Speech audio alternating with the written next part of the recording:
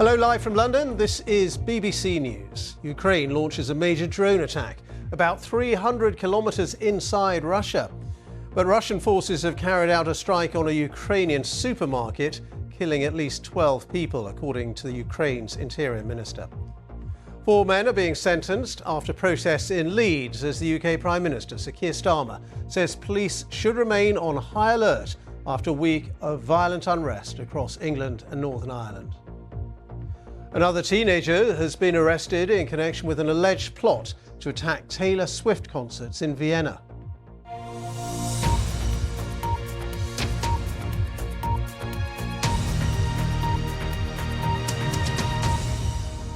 Well, it may be the most significant Ukrainian attack inside Russian territory since the start of the war.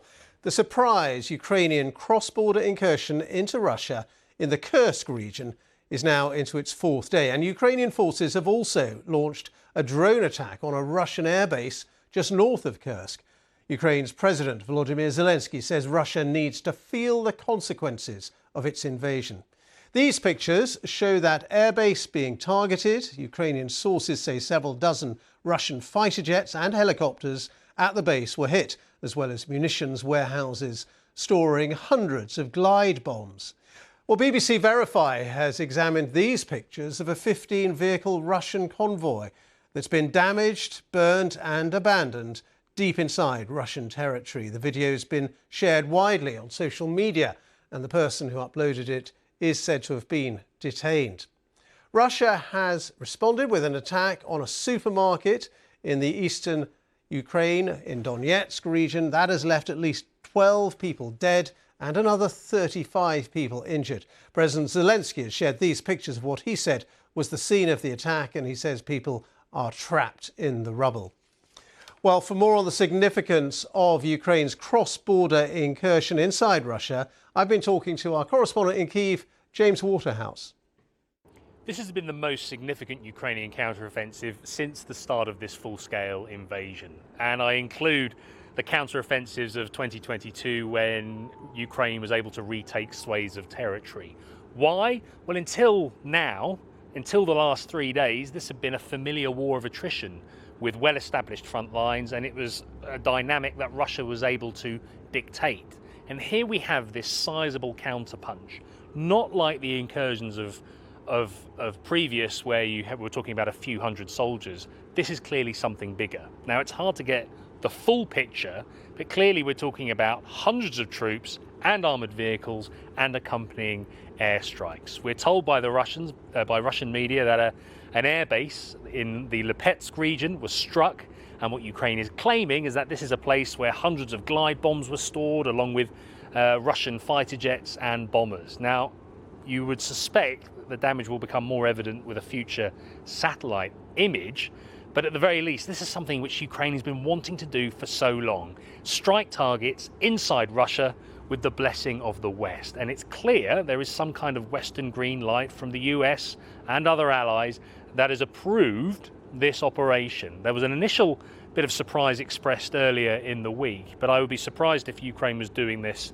alone. Clearly, this is seen by the West and by Ukraine as being within the confines of self-defense. This isn't Ukraine trying to capture and occupy territory like Russia, and this is far from a mirror image. This is still a scratching of the surface compared with the full-scale invasion that Moscow continues to wage at Ukraine. Nevertheless, this has been a shake-up that we haven't seen for years in Russia's war in Ukraine. That's James Waterhouse in Kyiv for us, and also in the studio our Ukrainian reporter Olga Malchevska. And Olga, we saw that attack on a Ukrainian supermarket. It's killed a dozen people. I think there's been another strike since then inside Ukraine. Yes, we've just been hearing about the second strike on the same town of Konstantinivka, and the number of casualties is still being verified, but we are hearing that at least 2 people suffered. We don't understand in what condition. And it is also known that there was a civilian infrastructure targeted. So it was not a supermarket anymore, but there were houses of civilians damaged. And according to the previous attack, we know that there were at least 12 people killed so far, at least 44 people injured, and 8 bodies to be identified. Most of them are female bodies, as Ukrainian authorities are telling us. And we also are hearing that Russia was using Kh-38 missile. Now, if you look at that region, the town of Konstantinivka is really close to the front line.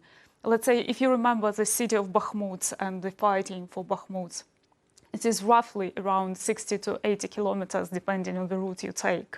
And also it is quite close to the city of Avdiivka, which was completely flattered by the Russian forces. So you can get a sense that that region is already quite a target, but the number of civilians hit today is quite unprecedented for the recent weeks. And just briefly, Olga, in terms of this Ukrainian incursion inside Russian territory, well, what's been the Ukrainian reaction to that? Because it's a bold military step, isn't it, to push troops and armour inside Russia like that?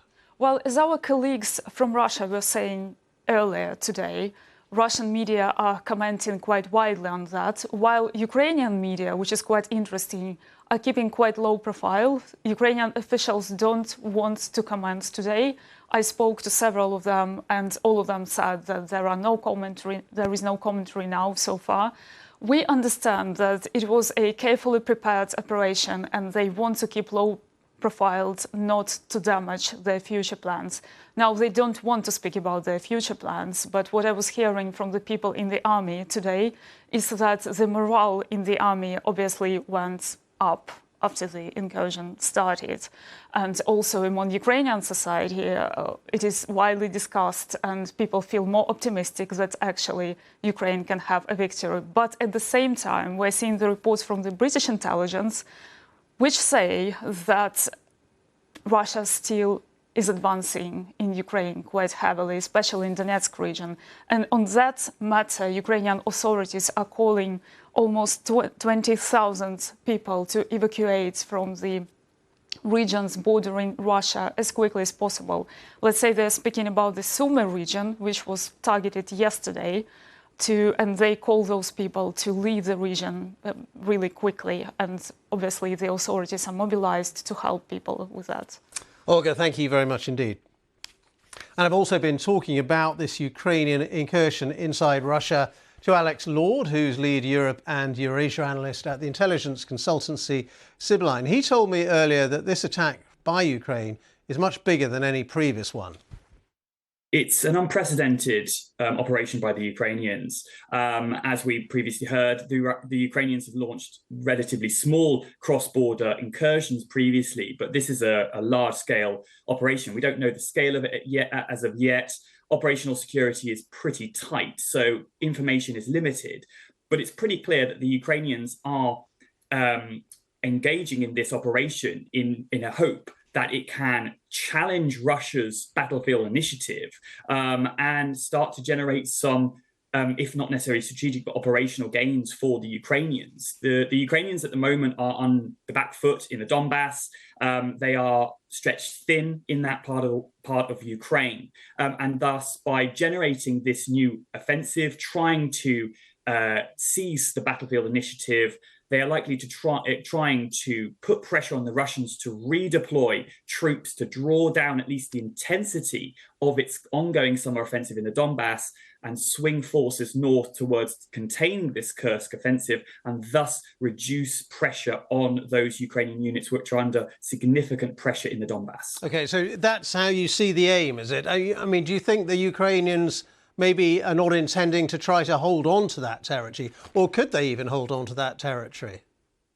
Well, this is an open question, really, as to what the objectives of this operation are. So I've just described some of the potential military objectives of this operation. But if we move into the diplomatic and strategic realm, what are the objectives of this operation? Well, we could well see the Ukrainians want to take control of a section of Russian territory in Kursk. What we could well be seeing is Ukraine attempting to set conditions to improve its negotiating position ahead of any potential ceasefire or peace talks, which may or may not begin in 2025.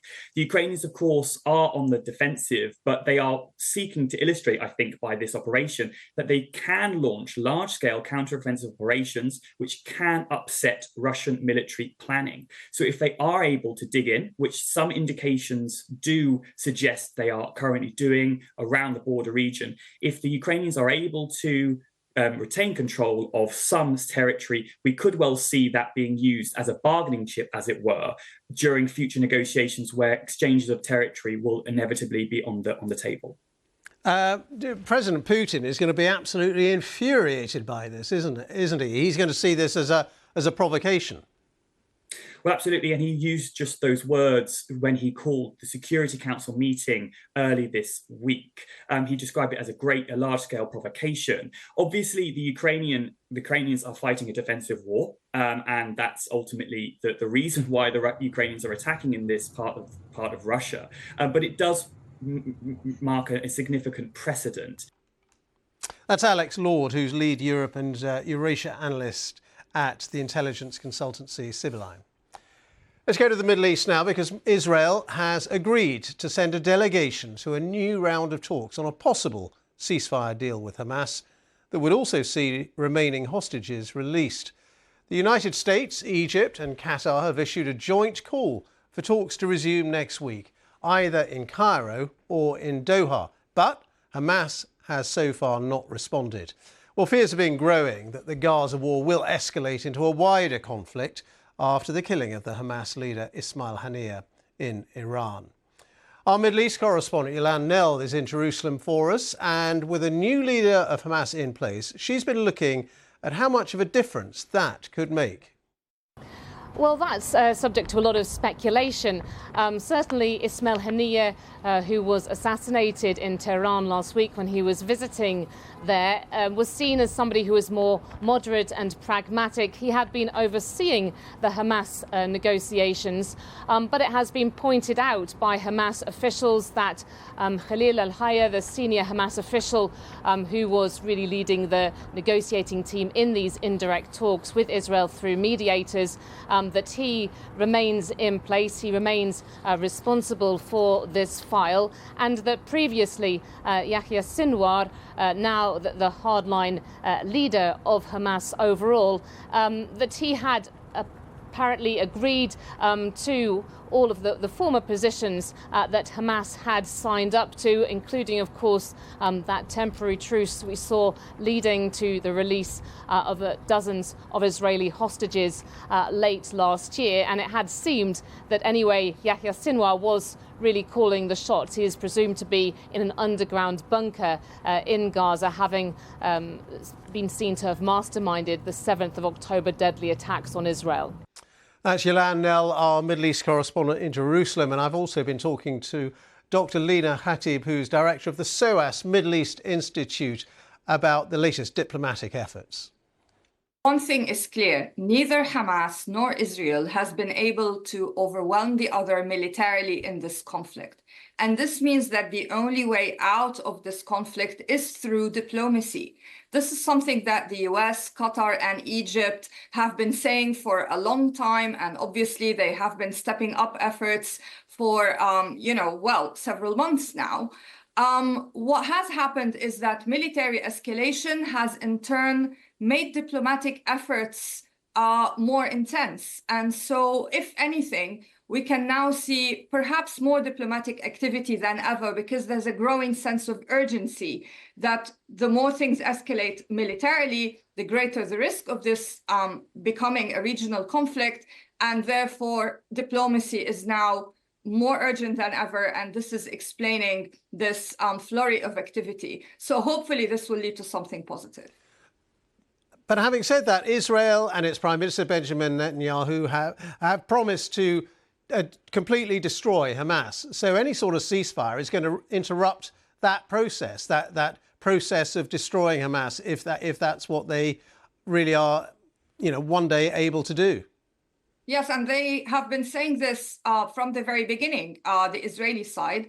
And now Hamas has a new leader, Sinwar, who is also a military leader in Gaza, and he is also hardline in his position. So in a way, this makes the negotiations trickier because you have two hardliners, Netanyahu on one side and Sinwar on another side, makes it more difficult for the mediators, but in some way it also makes things a bit clearer. And therefore, it is not surprising that both sides are escalating their demands and kind of being a bit stubborn ahead of this new round of negotiations. We've seen this before in previous rounds. So unfortunately, there is no change, actually, when it comes to Netanyahu's position or Hamas's. The compromise will come through the course of the negotiations themselves. So for now, it's not surprising. And obviously, Netanyahu will want to appear very kind of stubborn in the face of the selection of Sinwar, who is known to be the most wanted Hamas officer and leader by Israel. And as a new Hamas leader, you sort of wonder on a practical level, can the negotiators even make contact with him to find out what his position is? Yeah, absolutely. He is not to be seen in public. He is most likely hiding somewhere in Gaza. Apparently, he's been very careful at using communications because he does not want Israel to find out where he is. So he will be communicating through an interlocutor, most likely Khalil al-Hayy, who is another of the Hamas leaders. And of course, as I said, this will make negotiations trickier because he can't be there in person. However, this is who Hamas have selected as their leader, and Israel basically will have to contend with negotiating with Hamas because this is the only way out in the long run. Lina Hatib there from SOAS. And around the world and across the UK, you're watching BBC News. ทุกวันหวานต้องออกไปขายขนมค่ะเดี๋ยวนี้คนไม่ค่อยพกเงินสดกันแล้วอย่างนักท่องเที่ยวเนี่ยไม่พกเลยกำไรจะเก็บไว้ให้ลูกค่ะถ้าขาดทุนหวานจะจดว่ายืมลูกมาเท่าไหร่ในยุคดิจิตอลแบบนี้หวานลองสมัครใช้ Alipay Plus ค่ะใช้ง่ายและเร็วค่าบริการไม่แพงด้วยวันนี้ขายดีขายคล่องขึ้นเยอะเลยหนูว่าพรุ่งนี้จะยิ่งขายดีขึ้นเยอะๆเลยค่ะ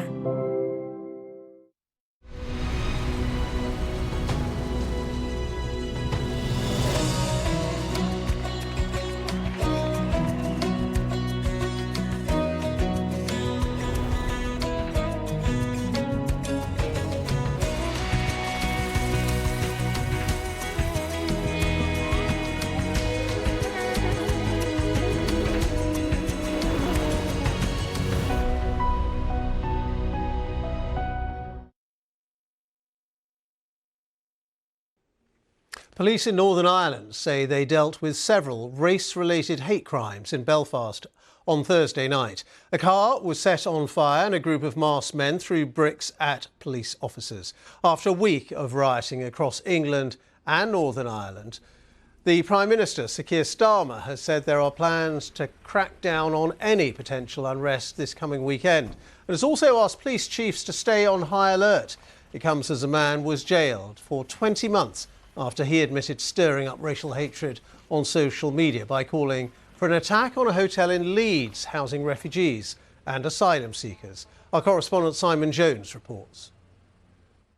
The police say they're on a high state of readiness, going after people believed to have been involved in the recent rioting. There have been a series of arrests in Staffordshire this morning in connection with trouble last weekend. And the Prime Minister, on a visit to the Metropolitan Police, says officers are also prepared in case of further trouble this weekend, even though far-right demonstrations which had been planned for the middle of this week largely failed to materialise. My message to the police and all of those that are charged with responding to disorder is maintain that high alert. I'm absolutely convinced that having the police officers in place these last few days in the right places, the swift justice that's being dispensed in our courts have had a real impact. But we have to stay on high alert going into this weekend because we absolutely have to make sure that our communities are safe and secure and feel safe and secure. This is the moment police arrest a 69-year-old rioter. William Morgan had armed himself with a wooden kosh and joined a violent mob during the recent riots on Merseyside. I'm English. He's now been jailed for 2 years and 8 months. Footage released by the Crown Prosecution Service reveals the moment a library was torched in Liverpool last Saturday. With so many books inside, it didn't take long for the place to go up. It's being visited today by the Business Secretary. The public has already donated more than £200,000 to an online fundraiser to buy new books. A very diverse community that came together. Last night in Brighton, around 100 people attended a rally organised by Stand Up to Racism. But despite the community's support, some say they remain fearful. They are members of my congregation and congregation across the country. They are having to think twice whether they can attend mosque, especially in the evenings. In this day and age, and in our country, no one should be fearing to go to a place of worship which are sanctuaries. These images have been released by Humberside Police of men they want to speak to. Many of them were captured by TV cameras and on social media too. This man with a grey jumper around his neck was filmed with a police shield and is being cheered on to throw objects. And this man with a grey hoodie appears to be among a group of people attacking a car. Police and politicians alike are hoping the stiff sentences being handed out to offenders, including those who stirred up hatred online, are acting as a deterrent to further trouble. We want to reassure our local communities that we are absolutely taking this seriously and that level of disorder and public violence will not be tolerated within Staffordshire Police. But officers are braced for what could be another challenging weekend. Simon Jones, BBC News. Well, meanwhile, a councillor in Dartford in Kent has been charged with 1 count of encouraging violent disorder after he was filmed addressing a crowd at a London demonstration on Wednesday. Our political correspondent Ben Wright has more details. Ricky Jones was a former Labour councillor in Dartford, Kent, and was among thousands of people who joined a counter demonstration against racism and violence in Walthamstow, East London on Wednesday evening. But video footage posted online showed the 57-year-old telling a crowd that far-right demonstrators needed to have their throats cut. Now, he was arrested by the Met yesterday when a Labour Party spokesman issued a statement saying this behaviour is completely unacceptable and will not be tolerated. The councillor has now been suspended from the party. Today, the CPS said that he's been charged with encouraging violent disorder. In a statement, they said Mr Jones had appeared to make remarks and a gesture to encourage others to act violently towards far-right protesters. He is now expected to appear at Westminster Magistrates Court later today. That's Ben Wright, our political reporter, reporting there from Westminster. The family of a retired British doctor have issued an urgent appeal after he disappeared in the French Pyrenees almost 48 hours ago. Tom Doherty, who's 67 and from St Albans in Hertfordshire, was travelling alone in southern France. The search, involving helicopters and dogs, resumed this morning.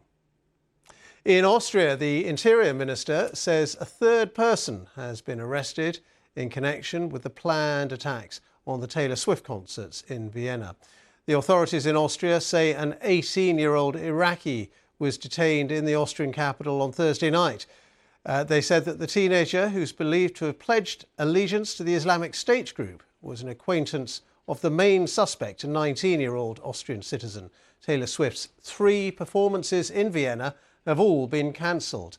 We can hear now from some of the disappointed fans.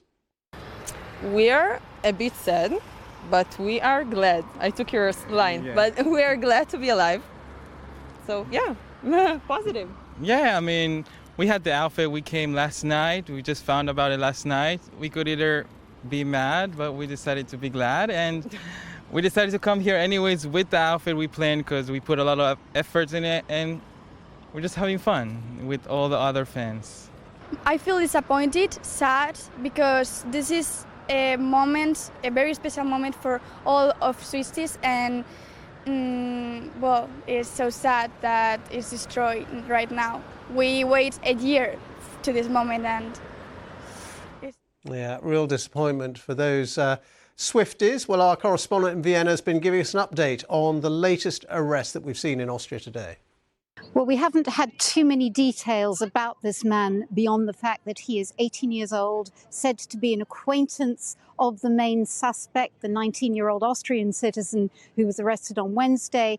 And we understand today as well, we've heard from the Interior Minister that the process is underway to remand both the 19-year-old who was arrested on Wednesday and a 17-year-old Austrian who was also arrested on Wednesday, to remand them in custody. We also know that the authorities have questioned a 15-year-old person here who happened to be around the area of the stadium where the concerts were taking place. They've questioned him, but we understand they're treating him as a witness and he has not been arrested. This comes at the same time that Vienna is still full of Swiftie fans who are missing their concert, but say they understand that safety has to come first. Bethany Bell there in Vienna. Now, the artist Banksy has confirmed he is the creator of a new work of art showing two pelicans, which has appeared above a fish and chip shop in London. The birds are shown in silhouette fishing above the shop on the corner of Pretoria Avenue and Northcote Road, Walthamstow. It's the fifth image that the elusive artist has confirmed is his in the capital since Monday. You're watching BBC News.